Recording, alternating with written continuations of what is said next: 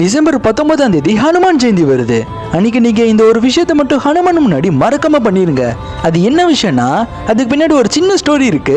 இப்ப அதை நான் சொல்றேன். அதுக்கு முன்னாடி உங்களுக்கு ராமரை பிடிக்கணும், அந்த வீடியோக்கு ஒரு லைக் பண்ணிட்டு இந்த விஷயத்தை எல்லாருக்கும் ஷேர் பண்ணுங்க. எல்லாருக்கும் இந்த வருஷத்துக்கு முன்னாடி அயோத்தி அரச சபையில ராமர், லக்ஷ்மணன், மந்திரி அப்புறம் மத்த எல்லாரும் அவங்களுக்கு ஒதுக்கப்பட்ட சீட்டுல உட்கார்ந்து இருந்தாங்க.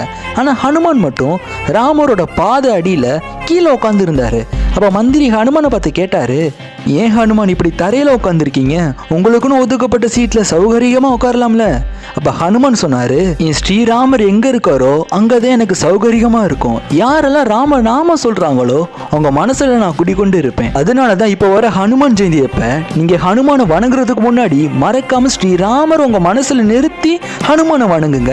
அது ஹனுமானுக்கு ரொம்பவும் பிடிக்கும். அவர் உங்க மனசுல வந்துருவாரு. அந்த நேரத்துல நீங்க பக்தியோட ஆஞ்சநேயர் கிட்ட எதை கேட்டாலுமே அது நிச்சயமா பண்ணி தருவாரு. நீங்க அப்ப ஆஞ்சநேயர் ஜெயந்தி அன்னைக்கு ஹனுமானுக்கு ஏதாச்சும் கொடுக்கணும்னு நினைச்சீங்கன்னா உங்க ராம பக்தியை கொடுங்க.